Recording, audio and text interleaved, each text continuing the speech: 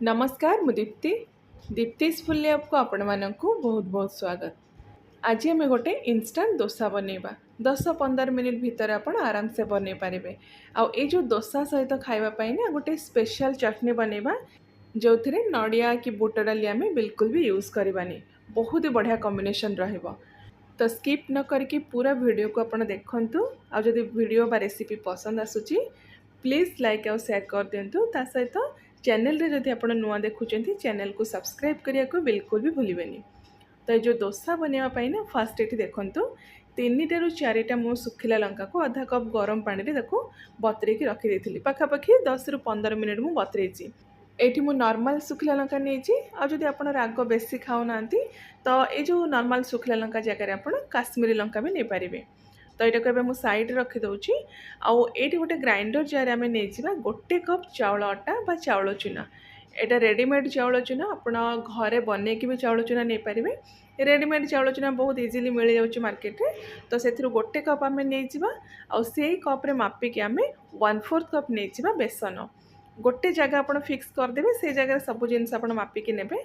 तापर देखंतु एठी मु गोटे मीडियम साइज रा आलू नेची। कंचा आलू आपण नेबे। कंचा आलू चोपा बाहर करके एमती छोट छोट खंड करके काटी देची। एटा गोटे मीडियम साइज रा आलू। तो ये आलू सबको एबे आमे ग्राइंडर जारे देदबा। ता सहित जो सुखिला लंका आमे बतरे के रखिथिले से पानी आमे यूज करबानी। खाली लंका को आमे बाहर करके ग्राइंडर जारे देदबा। ता सहित एठी देखंतु 3 ରୁ 4टा रसुण कोल्ला मु एथरे ऐड करिछि। तापरे आधा कप मापी के आमे एथरे दही देदबा। सेम कप रे मापी के मु एठी दही नेछि। जो जगह रे आपण बेसन आ चावल चूना मापी के नेथिबे ना से जगह पे दही मापिबा पई यूज करिवे। तो नेक्स्ट आम से अल्प टिके एमती पानी देकी से जगह को धोईकी आम से दही पानी टाक ऐड करदे। बेसी पानी आप एका संगे बिल्कुल भी ऐड करेंगे। 1/4 कप पानी मु फास्ट ये ऐड करें आम ग्राइंडिंग करदे। ग्राइंडिंग करबा टाइम रे जितकी पानी आपन को दरकार पड़ुची सेतिकी पानी देकी ए टाइप रो गोटे थिक बैटर बनेबे। बेसी पतला करेंगे कि एका संगे आपन बेसी पानी ऐड करेंगे। तो अल्प अल्प करके पानी ऐड करके ए टाइप रो गोटे थिक बैटर बने देबे। तो बैटर को एबे आमे गोटे जगह को बाहर करदबा। आ एठी ना पानी रो सेमते किछि मेजरमेंट मु मेंशन करिनी। चावल गुंड आउ हमर जो बेसन ऊपर भी डिपेंड करूची आपन को केते पानी दरकार पड़िबो। तो आपन देखिके एथरे पानी देबे। बेसी बैटर को पतला करिवेनी। तो एटा को साइड रे टिके समय पे रखी दबा। आ नेक्स्ट गोटे पैन आमे गरम करके सेथरे आधा कप पाखापाखि आमे बादाम देकी ताको टिके समय लो फ्लेम रे भाजी दबा। कड़ा करके भाजवा दरकार नहीं बा कलर चेंज होगा जाए भाजवा दरकार नहीं। बस टिके समय 2-3 मिनिट लो फ्लेम में आपड़ भाजी देवे। तापर गैस फ्लेम को बंद करके बादाम टाक पूरा ठंडा हाँपाई छाड़देवे। तापर आपड़ से चोपाटा को बाहर करदे। तो ये देखो गोटे मसला बटा ग्राइंडर जार नहीं से बादाम चोपा सबको बाहर कर देछि। एबे सब बादाम को ग्राइंडर जार ट्रांसफर करदे। तापर 2 चम्मच मुझे नहीं तेंतुली रस आउ ये स्वाद हिसाब से लुण भी एथरे ऐड करदे। ता सहित सुखिला लंका गोटे मु नेछि आउ किछि कंचा लंका भी आमे टेस्ट हिसाब से देदबा। तो जेति कि आपन को राग दरकार से हिसाब से आपन कंचा लंका बा सुखिला लंका ऐड करिवे। तो ये सब जिनस ग्राइंडिंग करबा पूर्व एथरे आमे गोटे तड़का बनै कि मिक्स करबा। तो ये गोटे तड़का पैन रे 2 छोट चम्मच रिफाइन तेल गरम करदबा। तेल टिके गरम हो गला परे सेथिरे गोटे छोट चम्मच आमे ऐड करबा सोरिष। ता सहित अल्प किछि भृसंग पत्र भी एथरे मिक्स करबा।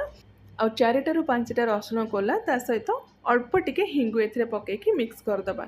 तो एठी रसुणर कलर टिके चेंज होबा जाय आमे तड़काटा को एठी भाजी दबा। फ्लेम पूरा आपण स्लो करिवे। तो जेतेबेले रसुणर कलर टिके चेंज हे जिवो तापरे सब तड़का को आमे ग्राइंडर जार को देकी सेथरे अल्प टिके आमे पानी मिक्स करके गोटे पेस्ट बने दबा। तो ये देखो सब तड़का को मु ग्राइंडर जार दे देछि। से जो पार्टटा ना वीडियो रे स्किप हो जाइछि। तो एबे आमे एथरे अल्प किछि पानी ऐड करके एटा को ग्राइंडिंग करदबा। जेतिके आपन को पानी दरकार बा चटनी रो कंसिस्टेंसी आपन को जेतिके दरकार से हिसाब रे एथरे पानी देके एमती ग्राइंडिंग कर देबे। तो ये जो चटनी रो स्पेशलिटी हैला या ऊपर आमे एक्स्ट्रा तड़का ऐड करबानी। तड़का सहित जेहेतु आमे एटा को ग्राइंडिंग करबा टेस्ट पूरा यूनिक आ जबरदस्त रहइबो। तो चटनी एबे साइड रखी दबा। आ जो बैटर आमे रखिथिले ग्राइंडिंग करके देखंतु पूरा बढ़िया से सेट हो जाइछि। 5-6 मिनिट हो सारी। तो एबे आमे एथिरे स्वाद हिसाब से लुण किछि ऐड करबा। आधा छोट चम्मच मुठी लुण देछि। ता सहित 2 ରୁ 3 पिंच आमे एथिरे देदबा खाइबा सोडा। बेसी खाइबा सोडा ऐड करिवेनी बस 2 पिंच आपण ऐड करिवे। ता सहित गोटे छोट चामच आम रिफाइन तेल देकी भल भाव सब जिनस को ये मिक्स करदे। सब बेले बैटर कंसिस्टेंसी आपण ये ध्यान रखिए, बेसी बैटर को पतला करेंगे कि बैटर को या बेसी बहलिया करेंगे। देखो मुझे गोटे चामच आपको देखा एति कंसिस्टेंसी रखिए बैटर को आप गोटे डंकी ऊपर तल को पकेबे, कंटिन्यू फ्लो होता दरकार। तो बैटर तो आमर रेडी हो गला। एबे आमे डोसा बनेबा। तो डोसा बनेबा पूर्व फर्स्ट आप जो जगह डोसा बनेबे भल भाव में हाई फ्लेम रे गरम करेंगे। मुझे गोटे लुहा तावा नहीं भल भाव फर्स्ट गरम कर सारा पर 2-3 ड्रप से रिफाइन तेल देकी गोटे टिश्यू पेपर एक्स्ट्रा ऑयल को आप पोछीदेवे। तापर जी आपन को बैटर दरकार से देकी टाइप डोसा बनईदेवे।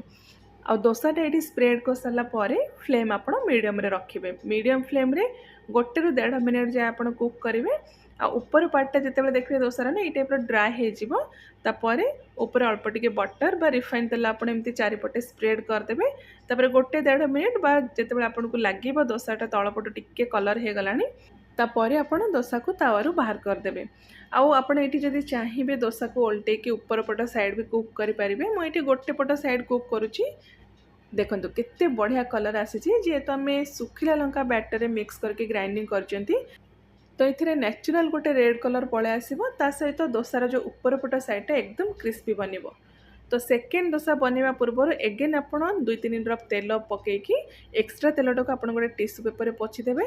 आउ ए स्टेज रे जदि आपको लगुच तावा बेसी आपनकर गरम हो जाइए तो कौन करेंगे ना बैटर आप स्प्रेड करने पूर्व तावा ऊपर अल्प टिके पानी छिंचीदेवे जो थी कि तावार जो टेम्परेचरटा टिके डाउन होपर आप एमती डोसार बैटर देके स्प्रेड करेंगे। तो डोसा उपरे आप एमती तेल भी स्प्रेड करेंगे किंतु बटर रे बनइले तार टेस्ट बहुत बढ़िया आसीबो। ता सहित डोसाटा पूरा आपनकर क्रिस्पी बनिबो। आठी ना डोसा को आप सब बेले मीडियम फ्लेम रे ही कुक करेंगे कहीं बैटर जेहेतु सुखिला लंका बा काश्मीरी लंका आड हो बहुत जल्दी यार कलर चेंज हो बिल्कुल भी जना पड़ोनी। तो से फ्लेम आप मीडियम रखिके डोसा को टिके क्रिस्पी हवा जाए बा पूरे एमती कलर चेंज हवा जाए आप कुक करेंगे। बहुत ही सहज और इंस्टेंट रेसिपी यहाँ। डोसा को तो आप 10-15 मिनट भितर बन पारे।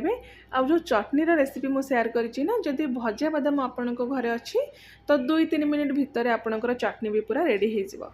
तो ट्राए करूँ थे डोसा और चटनीर कॉम्बिनेशन केमती लगिला आपणकर मतामत भी मो सहित शेयर करूँ। तो मुझे आउ थे आपण मानक गोटे बहुत ही बढ़िया नुआ रेसिपी नहीं आसबि। Till then take care and bye bye.